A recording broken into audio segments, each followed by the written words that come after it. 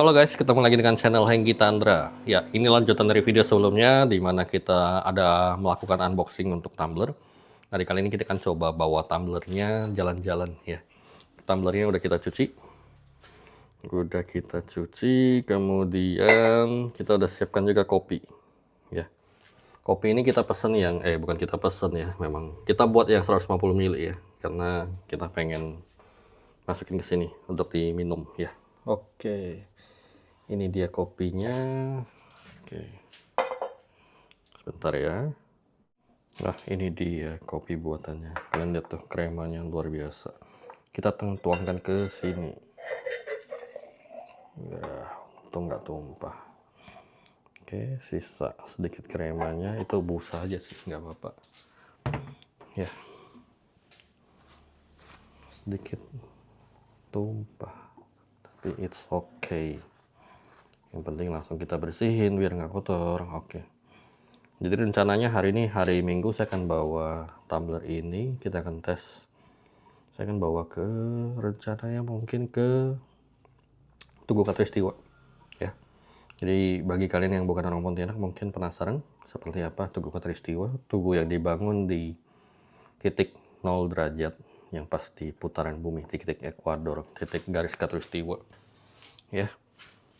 Kita akan coba lihat dulu apakah di sana ada hal yang menarik yang bisa kita buat konten. Ya. Saya sendiri cukup lama nggak ke sana. Terakhir saya ke sana itu beberapa tahun, mungkin sebelum COVID. Dan seharusnya sekarang setelah COVID selesai dan ini perkembangannya lumayan. Oke, yang penting kita pastiin ya kalau tumbler itu jangan sampai ada bocor. Karena kita nggak pernah tahu nih kondisinya di dalam tas itu apakah terbolak-balik atau enggak ya. Oke, kita berangkat. Ya, ini tas yang akan kita bawa. Kita masukkan dulu mikrofon ke bagian depan sini. Di sini ada ini AirPods. Kemudian tumblernya akan kita taruh di bagian sini ya. Jadi di dalam sini ada dompet, kemudian ada Kindle. Kita masukin. Ya. Masih muat. Sini nanti akan ada satu handphone lagi. Oke, cukup compact dan tidak terlalu berat untuk kita bawa berjalan-jalan ya. Pohon masih oke.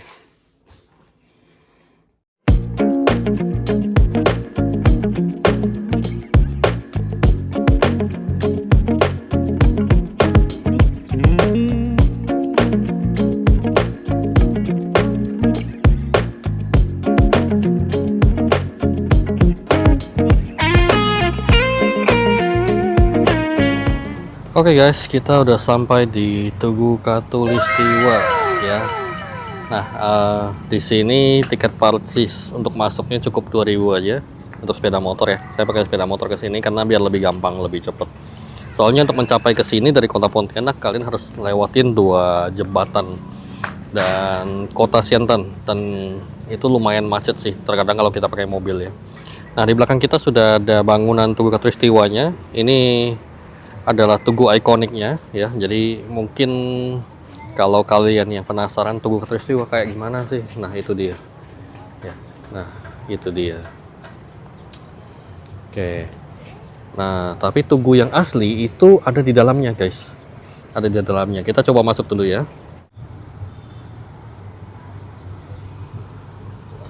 Ya, makasih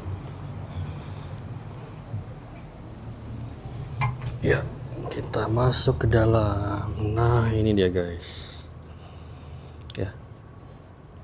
Dalam ini ruangannya ber-AC dan tiket masuk murah, cuman 10.000 aja kalau untuk kita yang Nusantara ya. Kalau mancanegara orang kesini mungkin beda lagi, tapi ini wajar lah, di setiap negara itu pasti berbeda harganya kalau untuk orang mancanegara ya. Nah ini yang menarik sebelum nanti kita ke tengah. Di sini itu ada beberapa fenomena di mana kalau kalian ya pas di tanggal 21 Maret ya atau 23 September ya, ini kan posisi matahari pas di depan, pas di atas kita nih. Nah, kalau pas di atas kita ini berarti kalau kita berdiri di luar itu nggak ada bayangan di bawah kita. Bayangan kita nggak akan ke kanan atau ke kiri, dia pasti bawa kita.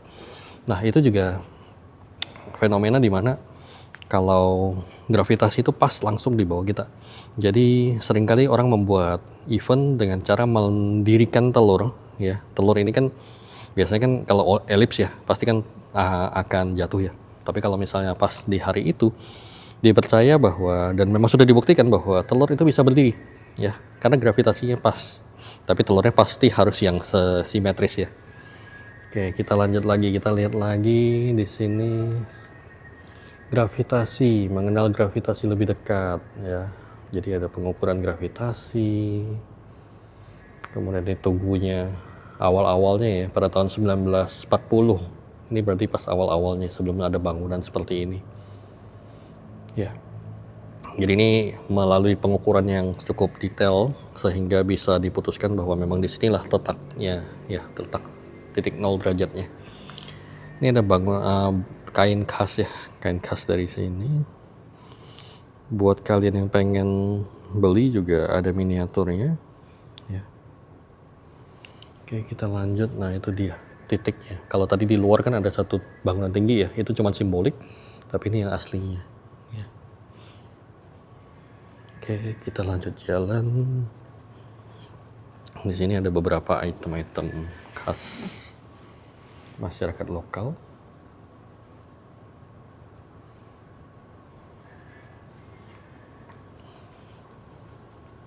Lumayan sepi.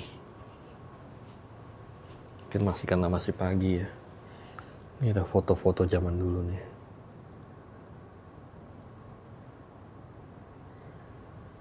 Ups. Ya.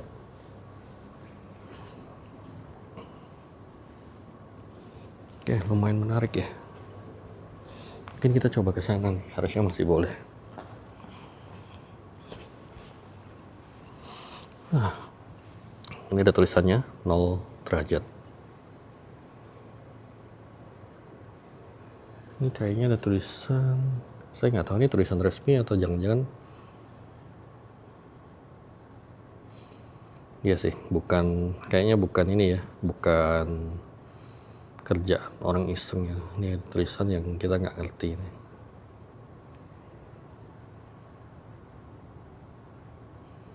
Ya mungkin ini ada artinya ya. Nanti kita coba tanya deh. Tapi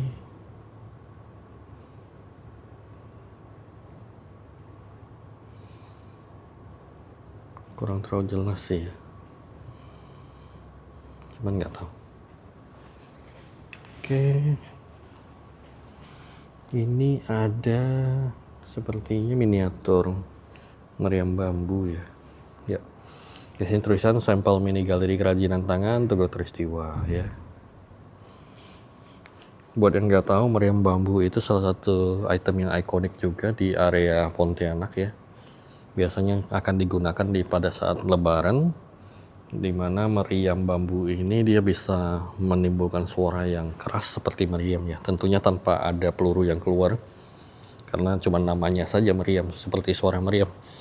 Jadi itu menimbulkan suara yang keras. Kalau saya tidak keliru ya, koreksi saya kalau keliru, itu digunakan untuk memperingati pada saat pertama kali penemu kota Pontianak ya. Itu kan katanya Pontianak itu dari kata kuntilanak ya. Jadi ketemu kuntilanak dan kemudian digunakan meriam ini untuk mengusir kuntilanak tersebut. Ya, koreksi saya kalau keliru ya. Oke. Next kita ada lihat kalender event di 2025. Apa saja yang pernah terjadi, festival buah lokal, Sitiran Cap Gomeh.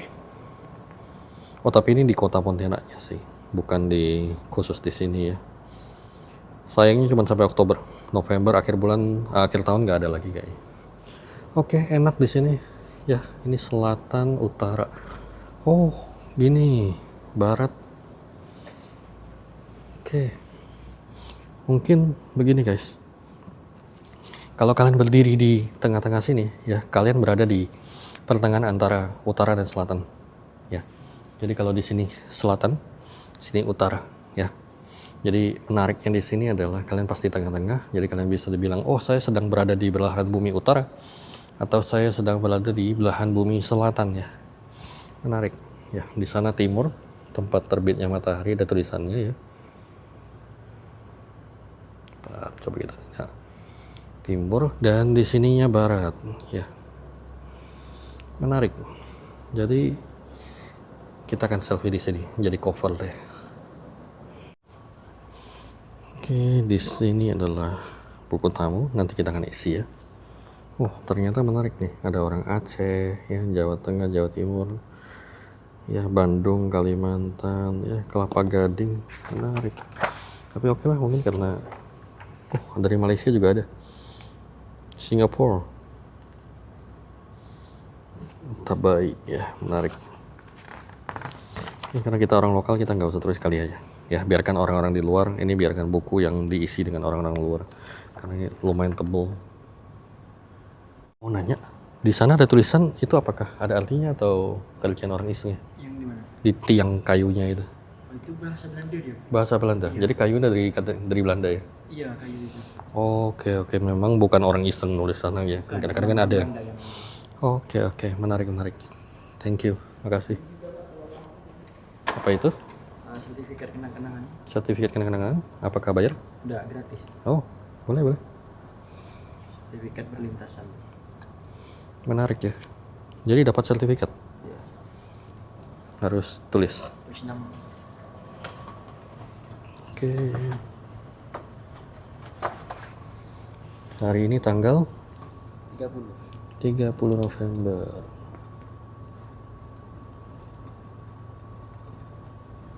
Nama Hengki.